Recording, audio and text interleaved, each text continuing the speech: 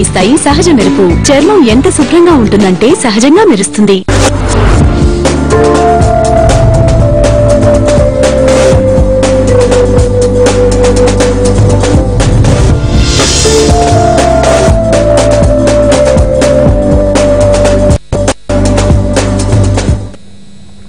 నమస్తే, welcome to health zone. ఈ రోజు హెల్త్ జోన్ లో మనం డిస్కస్ చేయబోయే టాపిక్ చాలా మంది సఫర్ అయ్యే డయాబెటిక్ గురించి. మరి డయాబెటిక్ ఏంటి, అందులో ఎన్ని టైప్స్ ఉంటాయి, డయాబెటిక్ హోమియోలో పర్మనెంట్ సొల్యూషన్ ఎలా ఉంది అని డౌట్స్ ని క్లియర్ చేయడానికి డాక్టర్ రవి గారు హోమియో కేర్ ఇంటర్నేషనల్ నుంచి వచ్చారు. ప్రెసెంట్ మనతో పాటు స్టూడియోలో ఉన్నారు. సో డాక్టర్ గారిని అడిగి తెలుసుకుందాం. హలో డాక్టర్ గారు. ప్రతి ఫ్యామిలీలో నా వీడియోస్ పేషెంట్స్ కంపల్సరీ ఉంటున్నారు. సో ఏంటి, వాట్ ఈస్ డయాబెటిక్, ఇందులో ఎన్ని టైప్స్ ఉంటాయి? మేజర్ గా తీసుకున్నట్లయితే డయాబెటీస్ ని మధుమేహ వ్యాధి అంటామండి. రక్తంలో చక్కెర శాతం పెరగడం వల్ల వచ్చే వ్యాధిని మధుమేహ వ్యాధి అంటాము. అంటే బ్లడ్ గ్లూకోజ్ లెవెల్స్ అనేది పెరుగుతుంటాయి. మేజర్ ఇది రావడానికి అనేక రకాల కారణాలు ఉంటాయండి. మొదటిగా తీసుకున్నట్లయితే ఒబెసిటీ, లావు పెరగడం వల్ల. అంటే లావు పెరగడం వల్ల ఏమవుతుందంటే అబ్డామినల్ ఫ్యాట్ పెరిగిపోవడం వల్ల కూడా మనకు డయాబెటీస్ వచ్చే అవకాశాలు ఉంటాయి. అలాగే వంశపారపర్యంగా కూడా వచ్చే అవకాశాలు ఉంటాయండి. మేజర్ తీసుకున్నట్లయితే ఇది రెసిస్టెన్స్ పవర్ తగ్గడం వల్ల, ఇమ్యూనిటీ పవర్ తగ్గడం వల్ల కూడా మనకు ఒక రీజన్ తీసుకోవచ్చు. అలాగే మేజర్గా ఏంటంటే మనకు స్ట్రెస్ ఎక్కువ ఉంటుంది, టెన్షన్ ఎక్కువగా ఉంటుంది. ఎవరు ఎక్కువ మానసిక ఆందోళన గురవుతారో, ఎవరు ఎక్కువ టెన్షన్ పడతారో, ఎవరు ఎక్కువ స్ట్రెస్ గురవుతారో, ఇలాంటి కారణాల వల్ల మనం డయాబెటీస్ చూస్తున్నాం. అంటే ఇంత ముందుకు ఎలా ఉంటుందంటే 60 to 70 years ఏజ్ గ్రూప్లో చూసేవాళ్ళమండి. కానీ ఈ మధ్యకాలంలో తీసుకున్నట్లయితే 30 to 40 years ఏజ్లో కూడా చూస్తున్నాం డయాబెటీస్. మేజర్గా ఏంటి రీజన్ అంటే మేజర్గా టెన్షన్ కానీ స్ట్రెస్ కానీ, ఎవరు ఎక్కువ టెన్షన్ కానీ స్ట్రెస్ కానీ గురవుతారో, ఎక్కువ ఆలోచిస్తారో వాళ్ళలో మనం డయాబెటీస్ వచ్చే అవకాశాలు ఎక్కువగా ఉంటాయండి. సో కాజెస్ ఎలా ఉంటాయి? ఓకే, కారణాలు తీసుకున్నట్లయితే ఇప్పుడు మనకు మేజర్గా అనేక రకాల కారణాలు ఉంటాయి. ఇప్పుడు ఇందాక చెప్పినట్టు ఒబెసిటీ ఇవన్నీ ఎక్కువగా ఉంటాయి. ఒబెసిటీ కానీ, మేజర్గా లావు పెరగడం కానీ, ఎక్కువ వంశపారపర్యంగా కానీ, వీటితో పాటు ఏంటంటే రెసిస్టెన్స్ పవర్ తగ్గడం వల్ల, ఎక్కువ యాంటీబయాటిక్స్ కానీ, ఎక్కువ పెయిన్ కిల్లర్స్ కానీ ఇలాంటివి వాడడం వల్ల కూడా మనకు డయాబెటీస్ అనేది బారిన పడే అవకాశాలు ఉంటాయి.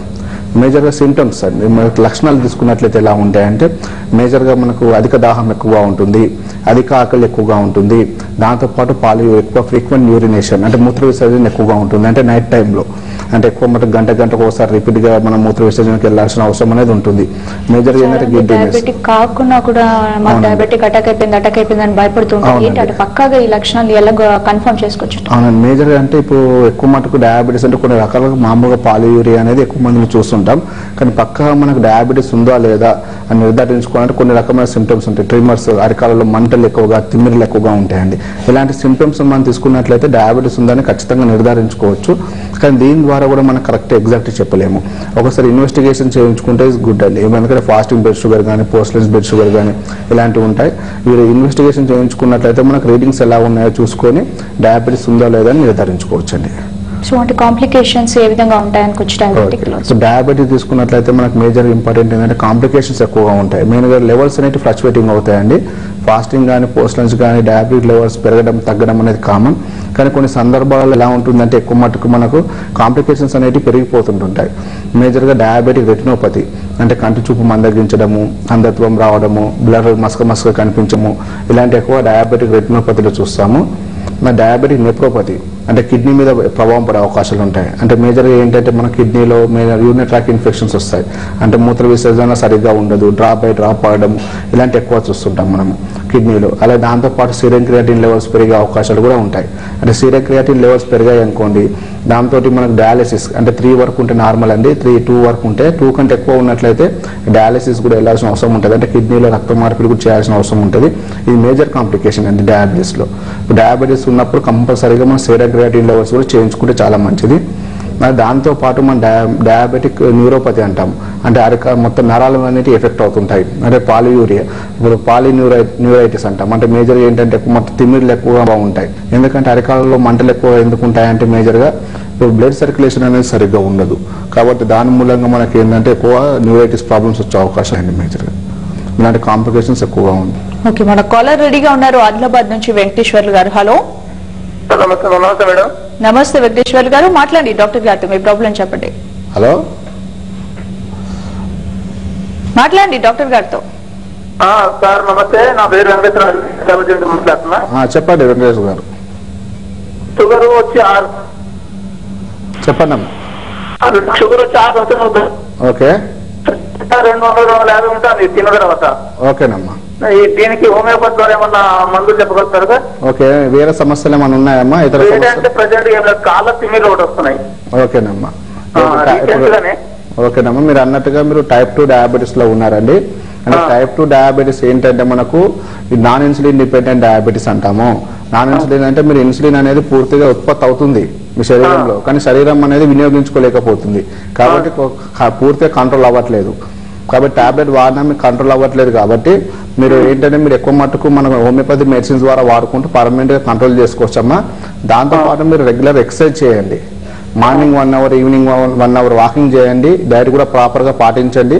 దాంతోపాటు ఇవన్నీ మీరు పాటించినట్లయితే మీ డయాబెటీస్ లెవెల్స్ పర్మనెంట్ గా కంట్రోల్ చేసుకోవచ్చమ్మా.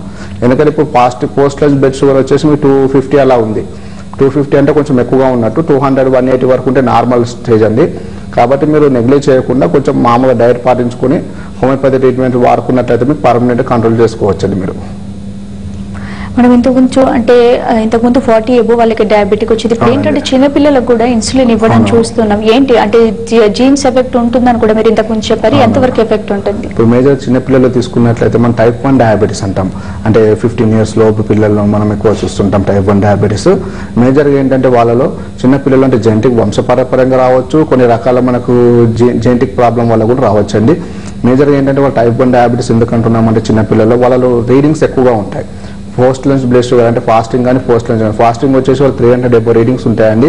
కాబట్టి వాళ్ళలో ఏంటంటే డయాబెటీస్ ఉన్న వాళ్ళలో ఇమ్మీడియట్ గా కంట్రోల్ చేసుకోవడానికి ఇన్సులిన్ ఇస్తుంటారు. ఆ ఇన్సులిన్ బయట నుంచి ఇంజెక్ట్ చేసుకోవడం ద్వారా అనేక రకాల కాంప్లికేషన్స్ కూడా వచ్చే అవకాశాలు ఉంటాయి.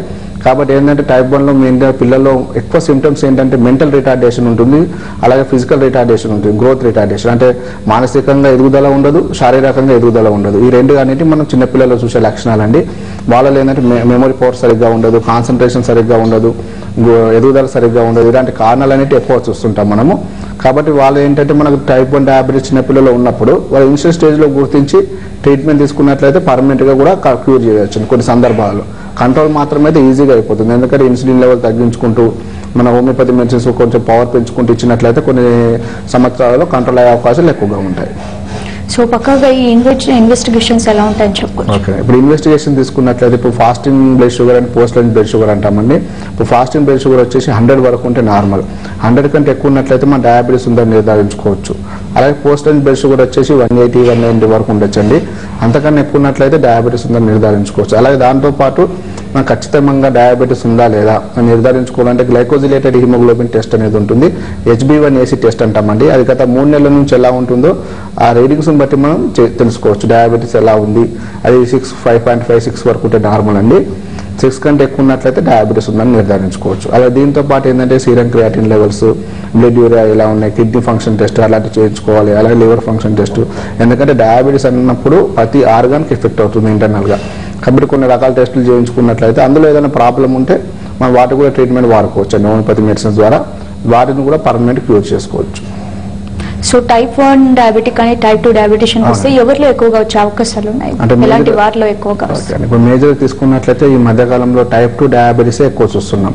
అంటే 100లో 90% మందికి వచ్చే డయాబెటీస్ ని టైప్ 2 డయాబెటీస్ అంటాం. అంటే ఈ మధ్యకాలంలో తీసుకున్నట్లయితే స్ట్రెస్ డయాబెటిక్, టెన్షన్ డయాబెటిక్ ఎక్కువ చూస్తున్నాం. ఆ టైప్ 1 డయాబెటీస్ అనేది ఎక్కువ లాస్ట్ అంటే ఓల్డ్ ఏజ్ లో 60 years ఏజ్ లో కానివ్వండి, లేకపోతే చిన్న పిల్లల్లో కానీ టైప్ 1 డయాబెటీస్ చూస్తుంటాం. కాబట్టి స్ట్రెస్ డయాబెటిక్ కానీ టెన్షన్ డయాబెటిక్ కానీ వీటికి హోమియోపతిలో ఎలా ఉంటుందంటే పర్మనెంట్ క్యూర్ అవకాశాలు ఎక్కువగా ఉంటాయి. ఎందుకంటే ఒకవేళ ఇనిషియల్ స్టేజ్ లో వచ్చారనుకోండి, ఇప్పుడు స్టార్టింగ్ స్టేజ్ లో వచ్చినట్లయితే వాళ్ళకు కాంప్లికేషన్స్ రాకుండా ఎలాంటి ఎఫెక్ట్ సైడ్ ఎఫెక్ట్స్ లేకుండా ట్రీట్మెంట్ ఇవ్వడం జరుగుతుంది. కాబట్టి పర్మనెంట్ గా క్యూర్ చేసుకోవచ్చు వాళ్ళు. అంటే చాలా మందికి జెంట్స్ లో డ్రింకింగ్ ఎక్కువగా ఉన్న వాళ్ళకి డయాబెటిక్ ఎక్కువగా వస్తుంది అంటారు. మరి దీంట్లో ఎంతవరకు నిజం? అంటే ఎక్కువ మటుకు ఆల్కహాల్ కన్జంప్షన్ ఎక్కువ ఉన్నప్పుడు కూడా అంటే కొన్ని సందర్భాల్లో ఉంటుందండి. ఎక్కువ మటుకు ఆల్కహాల్ ఎక్కువ తీసుకునే వాళ్ళు, స్మోకింగ్ ఎక్కువ వాడే వాళ్ళు, లైఫ్ స్టైల్ చేంజ్ చేయడం వల్ల కూడా వచ్చే అవకాశాలు ఉంటాయి కొంతమేర వరకు. ఎందుకంటే మేజర్గా ఏంటంటే మనకు ఎక్కువ వెయిట్ పెరగకుండా చూసుకోవాలండి. లావు పెరగకుండా అనేది మేజర్ ఇంపార్టెంట్. ఎందుకంటే వెయిట్ పెరగడం వల్ల కూడా మనకు డయాబెటీస్ వచ్చే అవకాశాలు ఉంటాయి. ఎందుకంటే ఎనర్జీ అనేది మనకు లాస్ అవ్వదు. కాన్స్టెంట్గా కూర్చోవడము, ఎక్సర్సైజ్ చేయకపోవడము, ఇలాంటి కండిషన్ వల్ల కూడా మన డయాబెటీస్ వచ్చే అవకాశాలు ఉంటాయి. ఒకసారి మన డయాబెటీస్ డిటెక్ట్ అయింది కనిపించిందంటే మాత్రం ఇంగ్లీష్ మెడిసిన్స్ లో లైఫ్ లాంగ్ వాడమంటారు పర్మనెంట్. కానీ హోమియోపతిలో అలా ఉండదండి.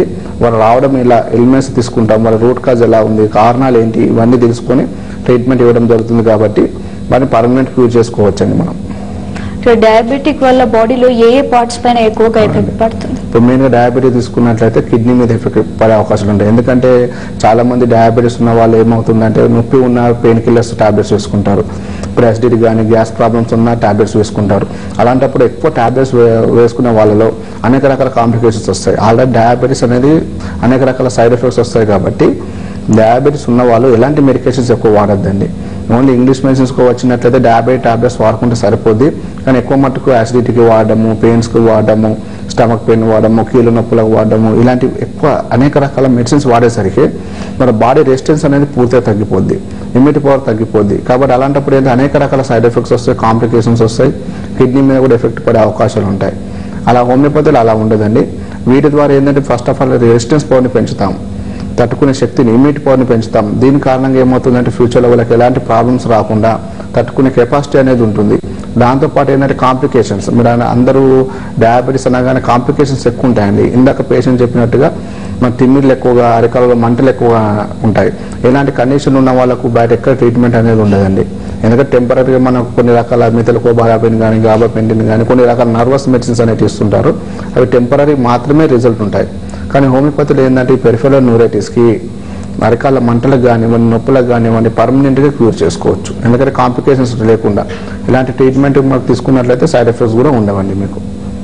చాలా మంది బాడీలో ఏ పార్టీకి ప్రాబ్లం వచ్చినా స్ట్రెస్ ఎఫెక్ట్ అని డాక్టర్స్ ఎక్కువగా చెప్తుంటారు. మరి డయాబెటిక్ కి స్ట్రెస్ ఎఫెక్ట్ కి ఎంతవరకు సంబంధం ఉందంటారు? అంటే మేజర్ డయాబెటిక్ అంటే మెయిన్ స్ట్రెస్ ఎఫెక్ట్ అనేది ఎక్కువ ఉంటుందండి. అంటే ఇప్పుడు వంశపారంపర్యంగా తీసుకున్నట్లయితే నలుగురు ఒకవేళ అన్నదమ్ములు ఉన్నా నలుగురికి రావాల్సిన పరిస్థితి అయితే ఉండదండి. ఎవరు ఎక్కువ టెన్షన్ పడతారో, ఎవరు ఎక్కువ బర్డెన్స్ తీసుకుంటారో, ఎవరు ఎక్కువ యాంగ్జైటీకి గురవుతారో వాళ్ళలోనే మనం డయాబెటిక్ చూస్తుంటాం. మేజర్ ఏంటంటే స్ట్రెస్ డయాబెటిక్ అనేది మేజర్ ఎఫెక్ట్ అండి. ఏదైనా మానసిక ఆందోళన గురైనప్పుడే మన ట్రీట్మెంట్ అనేది డిసీజ్ అనేది బయటపడతాయి. కొంతమంది ఏంటంటే ఫైనాన్షియల్ టెన్షన్ కానివ్వండి, ఫ్యామిలీ టెన్షన్స్ కానివ్వండి, అనేక రకాల టెన్షన్స్ ఉంటాయి. అలాంటి టెన్షన్స్కి ఎక్కువ గురైపోయి డీప్ థింకింగ్ ఉండి డిప్రెషన్ కూడా వెళ్ళే అవకాశాలు ఉంటాయి. అలాంటప్పుడు ఏమవుతుందంటే కొన్ని రకాల ప్రాబ్లమ్స్ బయటపడే అవకాశాలు ఉంటాయి. అంటే డయాబెటీస్ వల్ల బయటపడవచ్చు, సోరాసిస్ వల్ల బయటపడవచ్చు, థైరాయిడ్ వల్ల బయటపడవచ్చు. కానీ ఎక్కువ మందిలో ఏంటంటే డయాబెటీస్ మనకు కనిపిస్తుంది ఎక్కువ టెన్షన్, స్ట్రెస్ వల్ల. కాబట్టి ఇలాంటి రీజన్స్ అనేది ఎక్కువ చూస్తున్నాం. ఈ మధ్యకాలంలో చూసినట్లయితే 20 to 30 years ఏజ్ గ్రూప్లో కూడా ఎక్కువ టెన్షన్స్ ఉన్నాయి.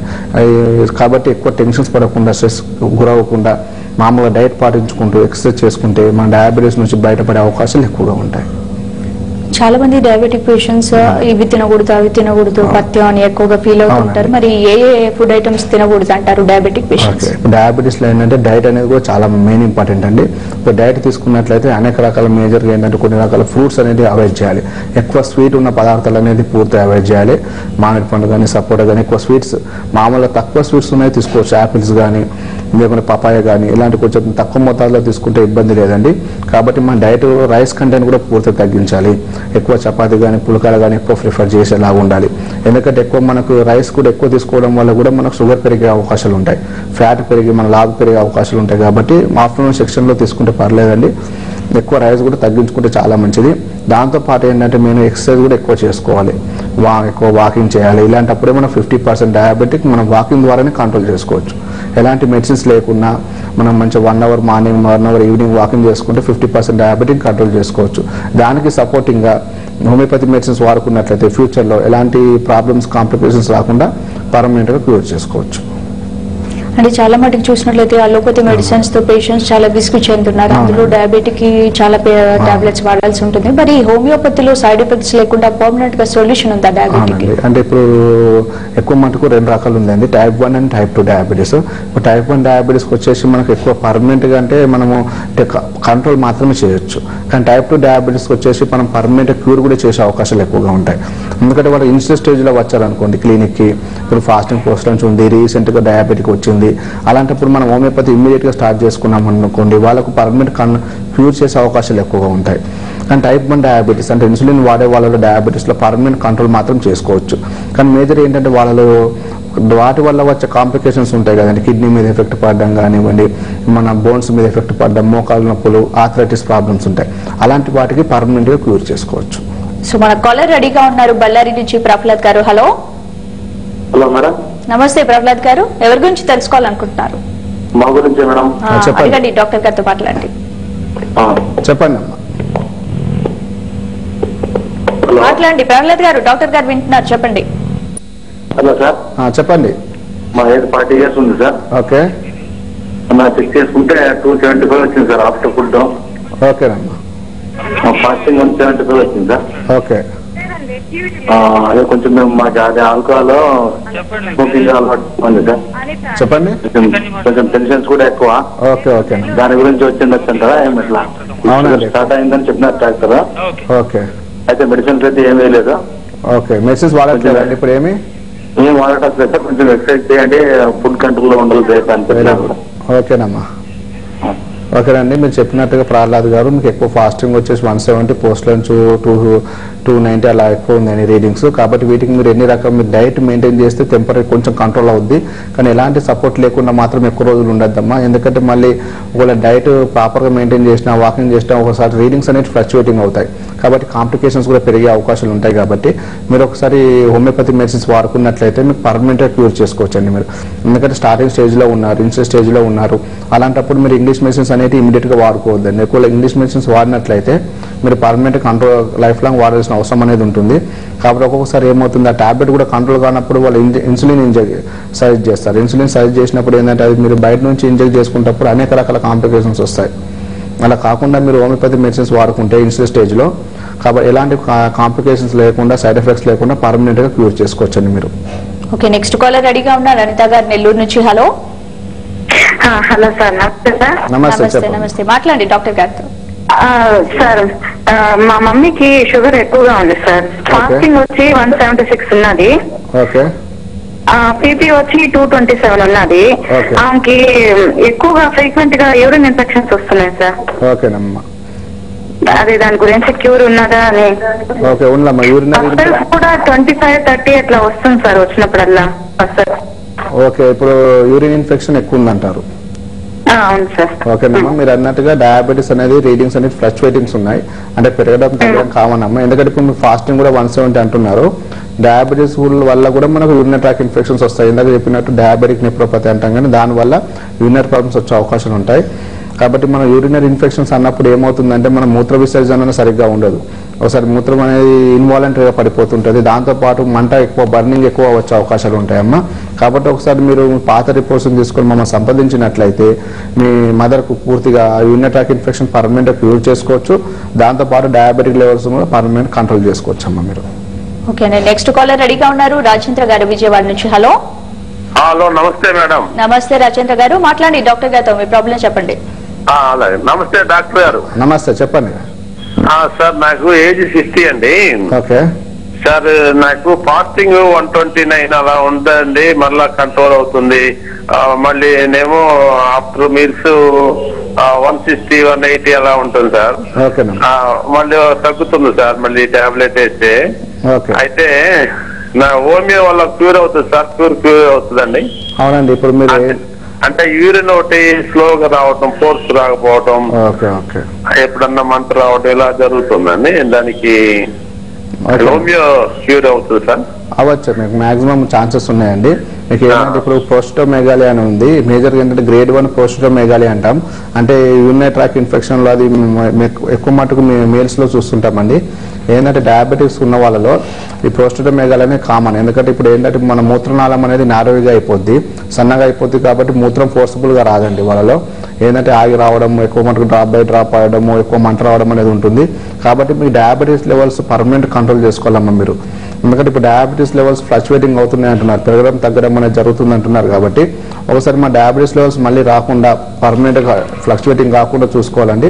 దాంతోపాటు ఏంటంటే పర్మనెంట్ ఒకసారి కంట్రోల్ అయ్యంటే మాత్రం యూరినరీ ట్రాక్ ఇన్ఫెక్షన్స్ పూర్తిగా తగ్గిపోతాయి. ఎందుకంటే డయాబెటీస్ అనేది లోపల ప్రతి పార్ట్కి ఎఫెక్ట్ చేస్తుంది.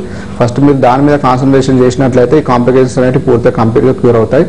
ఒకసారి మీరు మమ్మల్ని సంప్రదించినట్లయితే మీకు పర్మనెంట్ క్యూర్ అనేది ఇవ్వడం జరుగుతుందండి. ఓకే, మనకు నెక్స్ట్ కాలర్ రెడీగా ఉన్నారు పాషా గారు నెల్లూరు నుంచి. హలో.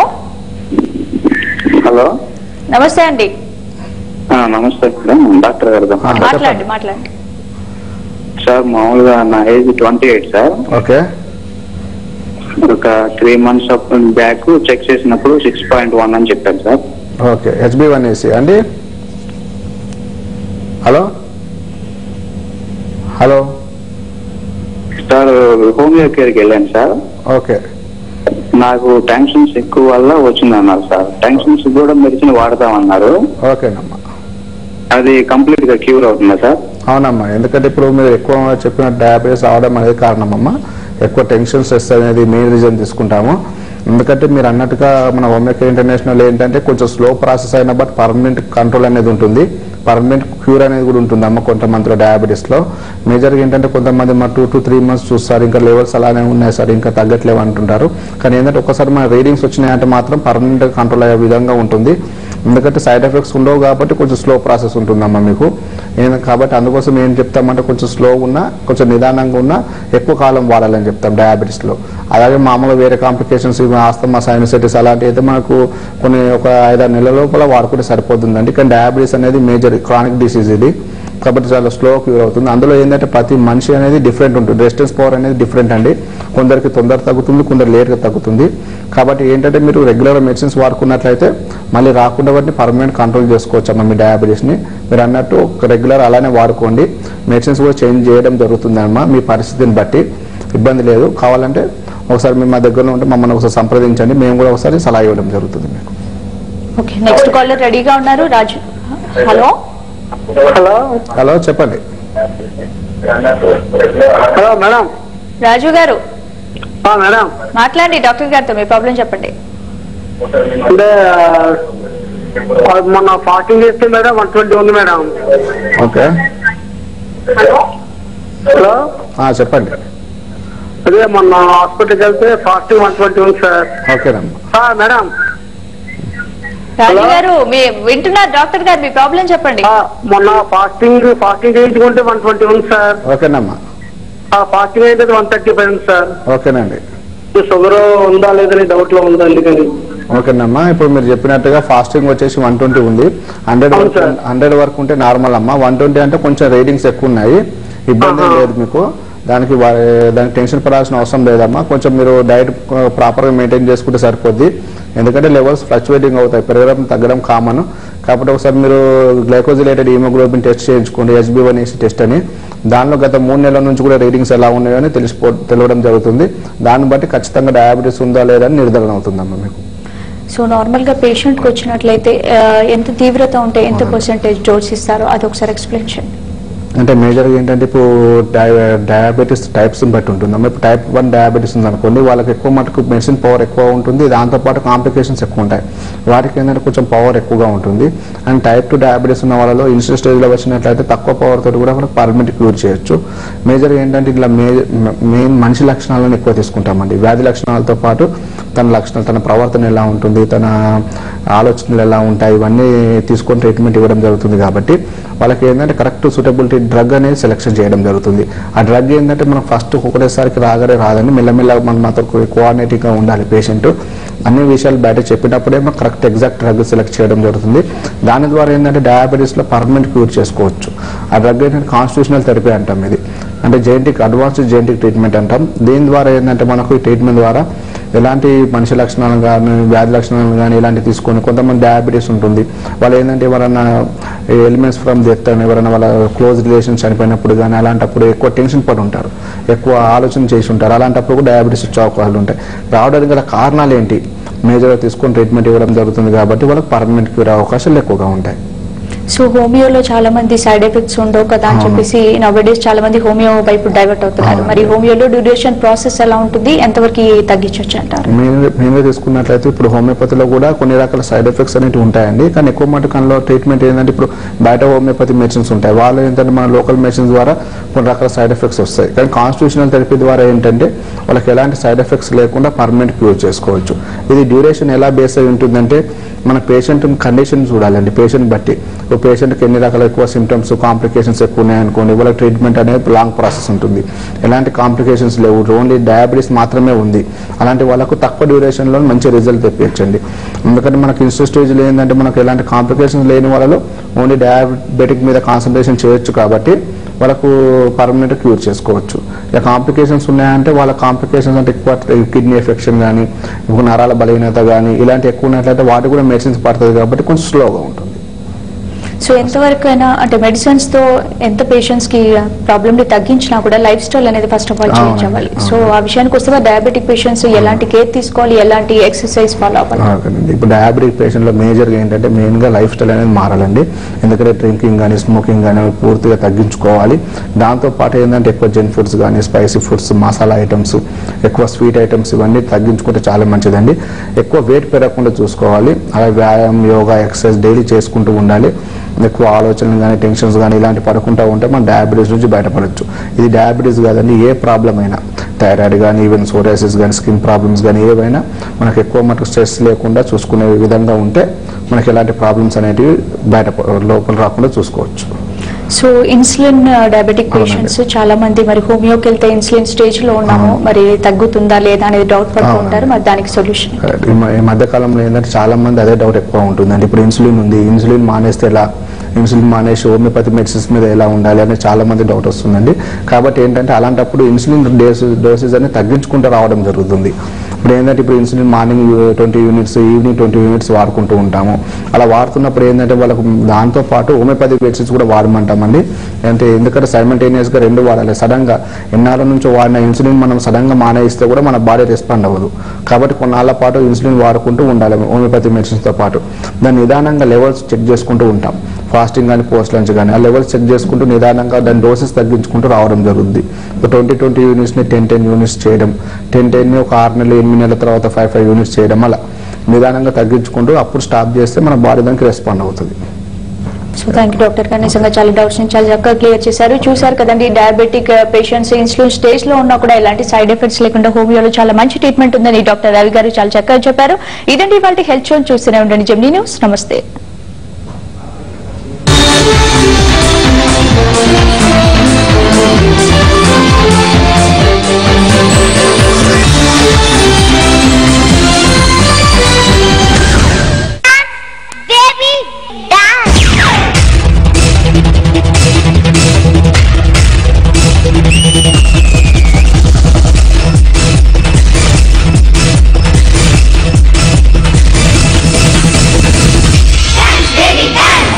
రాత్రి 9 గంటలకు. ఇవైతే పాత పద్ధతులు, ఇది చూడండి. మీ ఇంట్లో మిగతావన్నీ ఈ కాలానికి చెందినవైనప్పుడు మీ టాయిలెట్ క్లీనింగ్ కోసం పాత పద్ధతి ఎందుకు? మీకోసం కొత్త హార్పిక్ ఆల్ ఇన్ వన్. ఇది మరకలను తొలగిస్తుంది, క్రిములను హతమారుస్తుంది, చెడు వాసనను పోగొడుతుంది, ఇక ఇస్తుంది మెరిసే పరిశుభ్రమైన తాజా toilet. Harpic all in one challenge. Harpic పై ఇప్పుడు పొందండి 30% అధికం పూర్తిగా